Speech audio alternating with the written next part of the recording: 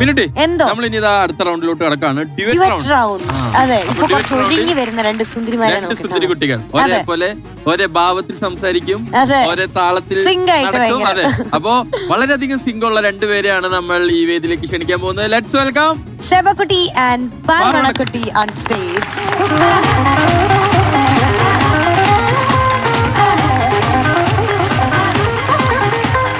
മക്കളെ, ഇതെന്താണിത്? ഇതേതാണ്ട് സിനിമയിൽ അഭിനയിക്കാൻ റെഡി ആയിട്ട് വന്നിരിക്കുന്നല്ലോ. രണ്ട് സുന്ദരികൾ, അങ്ങനെ ഒരു സിനിമയുണ്ട് പഴയത്. രണ്ട് സുന്ദരികൾ. ആ മക്കളെ, ഏത് പാട്ടാണ്? മേഘരാഗം നിറകിൽ ആ സിനിമ ഏതാണ്? കാക്കക്കുയിൽ. വർഷം 2001. ലിറിക്സ് ഗിരീഷ് പുതഞ്ചേരി സർ, പാടിയത് ചിത്രാമ്മ, music Deepan Chatterjee sir. Very good, very good. അല്ല, നല്ലൊരു പാട്ടാണ്. ഇത് പാടാൻ ഇത്തിരി ഡിഫിക്കൽട്ട് ആണ്, അപ്പം ശ്രദ്ധിച്ച് പാടുക. അപ്പൊ all the best. Thank U.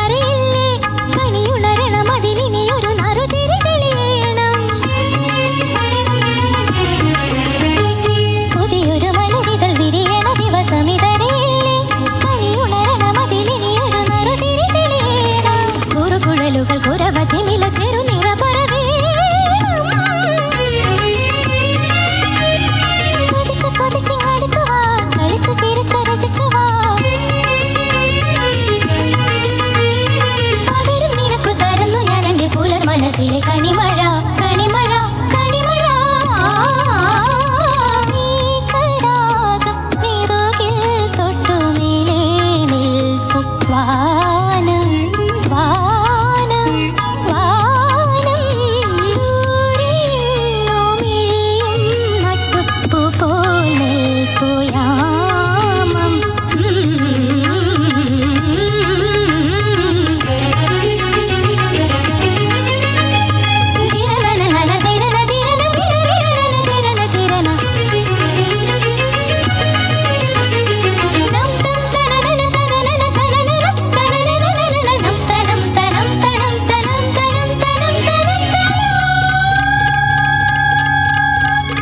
മേഘരാഗം നിറുകിൽ തൊട്ടു മേലേ നിൽപ്പു വാനം വാനം വാനം ദൂരെയെങ്ങോ മിഴിയും നട്ടുപ്പു പോൽ നിൽപ്പു യാമം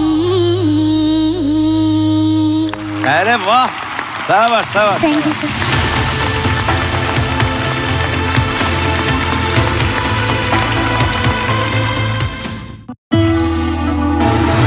പാതി ജീവനായവളെ നഷ്ടപ്പെട്ട കണ്ണനിനി തുണ ആര്? ഇവളെ എത്രയും പെട്ടെന്ന് കണ്ണന്റെ ജീവിതത്തിൽ നിന്ന് പറിച്ചു കളഞ്ഞേ പറ്റൂ. മഹാലക്ഷ്മി ഇനി സാഗറിന് സ്വന്തം. അവള് മെല്ലെ കണ്ണനെ മറന്ന് തുടങ്ങണം. അവളുടെ ചങ്കില് നീ പതിക്കണം. ആ വിഗ്രഹം അവളുടെ കൺമുന്നിൽ നിന്നും പോകാതെ നിനക്കുയർച്ച ഉണ്ടാകത്തില്ല മോളെ. മഹാലക്ഷ്മി ഇന്ന് രാത്രി 9 മണിക്ക് ഫ്ലവേഴ്സിൽ. പാർവണ സഭ, സഭ പാർവണ രണ്ടുപേരും ഒറ്റപോലെ പാടി. Thank you sir. അതിമനോഹരമായിട്ട് പാടിയത്. ഒരു കുറ്റവും പറയാനില്ല. ഒരു ചെറിയ സംഭവം ഉണ്ട്, എന്നാലും അത് കുറ്റമായിട്ട് ഞാൻ പറയല്ല. അങ്ങനെ പറയാതെ ഒരു ചെറുത് പറഞ്ഞോണ്ടിരുന്നു ഇല്ലെങ്കിൽ എനിക്ക് ഉറക്കം വരും. വാനം എന്നുള്ള വാനം വാനം ആ ഒരു സംഗതി ഉണ്ട് രണ്ടുപേരും. വാനം അത് അങ്ങനെ പോവാതെ വാനം വാനം അത് മോള് പഠിച്ചതാണ്. വാനം ഓക്കെ, തെറ്റല്ല. എങ്കിലും അത് ഒരു ഒഴുക്ക് വന്നാൽ നന്നായിരുന്നു. ഇത്രയേ ഉള്ളൂ, വേറൊന്നും എനിക്ക് പറയാനില്ല. ബ്യൂട്ടിഫുൾ ഡാൻസേഴ്സ് എന്ന് പറഞ്ഞാൽ അടിപൊളിയായിട്ട് നല്ല കളർ ഡ്രസ്സ് എന്നൊക്കെ പറഞ്ഞു കഴിഞ്ഞാൽ ഒരു രക്ഷയില്ല. നിങ്ങൾക്ക് ഇവിടെ നിന്ന് നോക്കുമ്പോഴാണ് അതിന്റെ ഭംഗി മനസ്സിലാവും. നിങ്ങളുടെ മനസ്സിനകത്ത് വേവ് കയറിയിട്ടുണ്ടല്ലോ, തീയൊക്കെ തലയിൽ കൂടെ പോകുന്നുണ്ട്, ഇങ്ങനെ പുക വരുന്നുണ്ട്, കാരണം ടെൻഷൻ അടിച്ചിട്ട്. പക്ഷെ നിങ്ങൾ പാടിയത് എൻജോയ് ചെയ്യായിരുന്നു ഞങ്ങള്. അപ്പൊ അതിന്റെ പുറകിൽ ഇതുപോലത്തെ കാഴ്ചകളും കൂടെ വരുമ്പോ എന്തായിരിക്കും. പിന്നെ ലൈവായിട്ട് നമ്മുടെ ഓർക്കസ്ട്ര പറയാതിരിക്കാൻ വയ്യ. ഓ, ടോപ്പ് ബാൻഡ്, അപ്പോ ഒരു രക്ഷയില്ല. ആഹാ, നല്ല ചിങ്കറുമണി പോലെ ഇരുന്നു. എന്റെ വിസിൽ ശരിയല്ല. നല്ല വിസിൽ അറിയാവുന്ന ആരെങ്കിലും നിനക്കറിയാടാ? പിന്നെ ഒരു കാറ്റ് കയറി വന്നല്ലോ. നിങ്ങൾക്ക് വേണ്ടി നിങ്ങളുടെ ഭാഗത്ത് നിന്ന് ആരെങ്കിലും വേണ്ടി ടോപ്പ് ബാൻഡ് തന്നെ വിസിലടിച്ചിരിക്കുകയാണ് അവസാനം. അത് ഫ്ലൂട്ട് വായിക്കുന്നവർക്ക് വരും. അയ്യോ, അവര് ഫുൾ കാറ്റുണ്ടല്ലേ. ഞങ്ങൾക്ക് അറിയേണ്ടത് റിമിയുടെ വിസിൽ എങ്ങനെയാണെന്ന്. മാക്സിമം ശക്തി എടുത്ത് ശ്രമിച്ചാൽ ഒന്ന് ഊതും. ഇത് ചൂളം കൊടുങ്കാറ്റ് വരുന്ന എനിക്ക് ഇത്ര പറ്റുന്നുള്ളൂ. ഗായു, കമോൺ. ഇത് മറ്റേ സർബത്ത് കുടിക്കുമ്പോ സ്ട്രായിട്ട് കുടിക്കുന്നവരിരിക്കുന്നു ഇങ്ങനെ. നിങ്ങൾ ഇപ്പൊ കണ്ടോ ശരിക്കുള്ള വിസില്? ആ മോളിൽ ഇരിക്കുന്ന ചേട്ടൻ, ചെക്ക് ഷർട്ടിട്ട ചേട്ടൻ, ആ ചേട്ടനെ മുഖം കണ്ടാ എനിക്കറിയാം. ചേട്ടാ വിസിലടിക്കുക. ആ ചേട്ടാ, കമോൺ കമോൺ.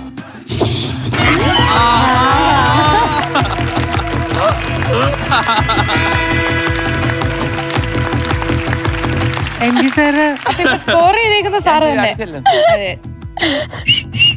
അത് മതി, അതാ ഉള്ളത് നല്ലത്. ചക്രാസ്, നിങ്ങളുടെ ഈ ഒരു പാടിയ സന്തോഷം ഞങ്ങളിവിടെ സെലിബ്രേറ്റ് ചെയ്യുക. അതെ, ഇപ്പൊ ഓഡിയൻസിൽ അവർക്ക് എന്ത് ചെയ്യാം, ഒന്നെങ്കിൽ കാറാം, അല്ലെങ്കിൽ കൂവാം, വിസില്, ഇതൊക്കെ ഭയങ്കര ഇഷ്ടം വരുമ്പോ നമ്മള് നമ്മുടെ സന്തോഷം പ്രകടിപ്പിക്കുന്ന കണ്ടോ. ഇവിടെ മൊത്തം ഞങ്ങൾ വിസിൽ അടിച്ചിരിക്കുകയാണ്.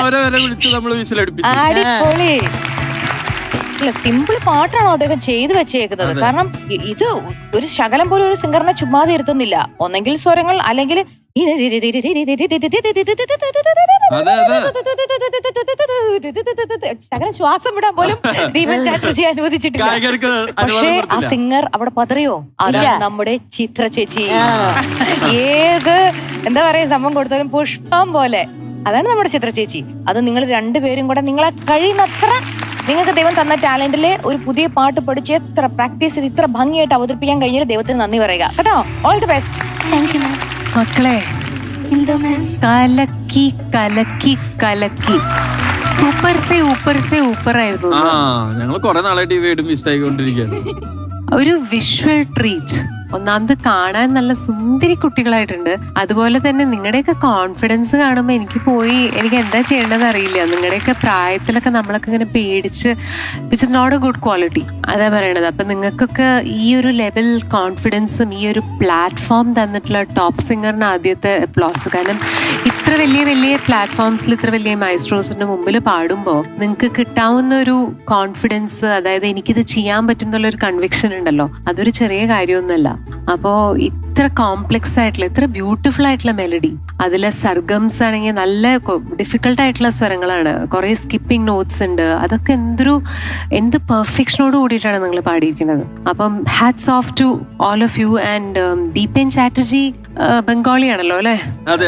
പക്ഷെ ഞാൻ അങ്ങനെ കാൽക്കട്ടയിലൊന്നും പോകുമ്പോഴൊന്നും ഇതുവരെയായിട്ടും കണ്ടിട്ടില്ല. ഓക്കെ മഷി ഇട്ട് നോക്കിയ പുള്ളിയെ കാണില്ല അല്ലേ? ഓക്കെ ശരി. Amazing music composing. എന്തായാലും എല്ലാം മംഗളം. നന്നായി അല്ലേ? ഇപ്പൊ മനസ്സിനൊരു സമാധാനമില്ലേ? എത്ര ദിവസം എടുത്തത് പഠിക്കാന്? ഒരാഴ്ചയെങ്കിലും എടുത്താണോ അല്ലേ? ഒരാഴ്ച കണ്ടിന്യൂസ് ആയിട്ടുള്ള ഒരു പരിശ്രമമാണെന്നുള്ള മനസ്സിലായി. ഇല്ലെന്നുണ്ടെങ്കിൽ ഈ ഓഫ് നോട്ട്സ് കണ്ടമാനം വരുന്നുണ്ട്. പിന്നെ ചില സ്ഥലങ്ങളിൽ ക്രൊമാറ്റിക് നോട്ട്സ് വരുന്നുണ്ട്. ഇതൊന്നും കറക്റ്റായിട്ട് വരത്തൊന്നുമില്ല. അത് രണ്ടുപേര് പാടുമ്പോഴത്തേക്ക് മിക്കവാറും തെറ്റാൻ സാധ്യതയുണ്ട്. അത് നിങ്ങൾ നന്നായിട്ട് പാടി, നിങ്ങൾ റിലാക്സ്ഡ് ആയി, ഞങ്ങളും റിലാക്സ്ഡ് ആയതുകൊണ്ട് we are giving you 100 out of 100. ആണ്ടി ഒരു ഗിരീഷ് പുത്തഞ്ചേരി പൂക്കുറ്റി.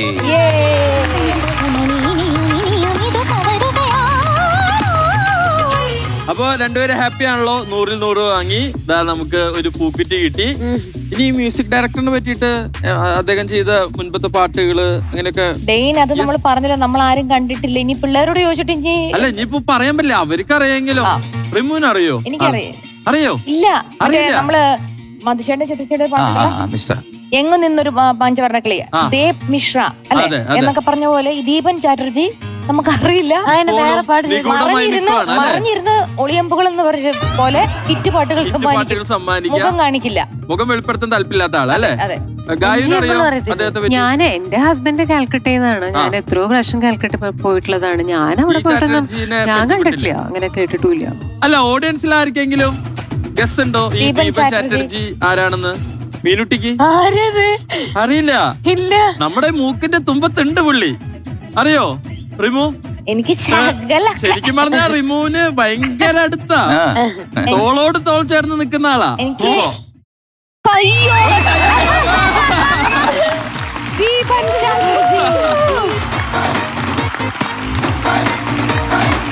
ഞാൻ ഇതുവരെ പറയാത്തൊരു കാര്യം പറയാം. ഈ സിനിമയുടെ മ്യൂസിക് ഡയറക്ടറായിട്ട് ദീപൻ ചാറ്റർജി തന്നെയായിരുന്നു. അദ്ദേഹം ഇന്ത്യ കണ്ട നമ്പർ 1 സൗണ്ട് റെക്കോർഡിസ്റ്റ് ആണ്. അദ്ദേഹമാണ് തേന്മാവൻ കൊമ്പത്ത് ഒരുപാട് പടങ്ങള് റെക്കോർഡ് ചെയ്തിരിക്കുന്ന അദ്ദേഹമാണ്. അന്ന് പ്രിയന്റെ സ്റ്റുഡിയോ തുടങ്ങുന്ന സമയമായിരുന്നു. ഞങ്ങൾ അവിടെ വലിയ എക്യുപ്മെന്റ്സ് ഒന്നും ആയിട്ടില്ല, കുറച്ചൊക്കെ ആയിട്ടുള്ളൂ. ഈ ഡബിങ്ങിന് വേണ്ടിയിട്ടുള്ള മാത്രമേ ആയിട്ടുള്ളൂ. അന്ന് ദീപൻ സാർ ആയിരുന്നു അവിടുത്തെ മെയിൻ ആയിട്ടുള്ള. അദ്ദേഹം ഈ പറഞ്ഞ പോലെ ഈസ് എ ബംഗാളി. അപ്പൊ അദ്ദേഹം ഇങ്ങനെ പല പാട്ടുകൾ പറഞ്ഞ കൂട്ടത്തില് അദ്ദേഹമാണ് മ്യൂസിക് ഡയറക്ടറായിട്ട് വെച്ചത്. പ്രിയം വെച്ചു. എന്നിട്ട് പ്രിയം പറഞ്ഞു ഞാൻ തന്നെ ചെയ്തോളാൻ പറഞ്ഞു. അപ്പം എനിക്കൊരു തുമ്പ് തന്നത്, അതായത് ഒരു ഹിന്റ് തന്നത് ദീപൻ ചാറ്റർജി സാറാണ്. ചെയ്തത് ഞാൻ തന്നെയാണ്. പക്ഷെ ദീപൻ ചാറ്റർജി സാറ് ഒരുപാട് പാട്ടുകളുടെ റെഫറൻസ് പറഞ്ഞു. റിതം സെക്ഷനെല്ലാം കൈകാര്യം ചെയ്ത ബെന്നി ആയിരുന്നു. പിന്നെ കീബോർഡ് ബാക്കിയെല്ലാം ചെയ്തത് ഐസക് ആയിരുന്നു. ഐസക് എന്ന് പറഞ്ഞിട്ട് അവര് ഞങ്ങളെ ഏകദേശം ഒരു 7 ദിവസം എടുത്ത് ആ സ്റ്റുഡിയോയ്ക്കകത്ത്, ഏകദേശം ഇത്രയുണ്ട് സ്റ്റുഡിയോ, ആ സ്റ്റുഡിയോയ്ക്കകത്ത് ഈ സ്വരങ്ങൾ ഉണ്ടാക്കാൻ വേണ്ടി ഊപ്പാട് വന്നു. കാരണം വെച്ചാൽ വേറൊന്നുമല്ല, നമ്മൾ ചെയ്ത ഒരു അടുക്കും ചിട്ടയും പറഞ്ഞല്ലോ.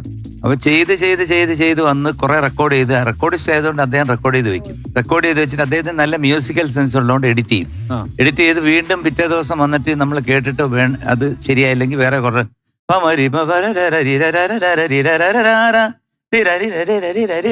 ചിലപ്പോ അതെല്ലാം മാറ്റി അങ്ങനെ കറക്റ്റ് ചെയ്ത് ഒറ്റ ആഴ്ച എടുത്ത് ഈ പാട്ട് ഒരു ഷേപ്പിൽ വരെ. ഞാൻ മാത്രമല്ല, അദ്ദേഹം ഇന്ന് ജീവിച്ചിരിപ്പില്ല, അദ്ദേഹത്തിനും 100% ക്രെഡിറ്റ് ഉണ്ട് അതിനകത്ത്. ഞങ്ങൾ രണ്ടുപേരുടെയും കൂടെ ഒരു കോൺട്രിബ്യൂഷൻ. അപ്പൊ സാറിനൊരു വലിയൊരു കൈയടി. നിങ്ങൾ പാടിയ പാട്ട് കമ്പോസ് ചെയ്ത് നമ്മുടെ സ്വന്തം എം ജി സാറാണ്.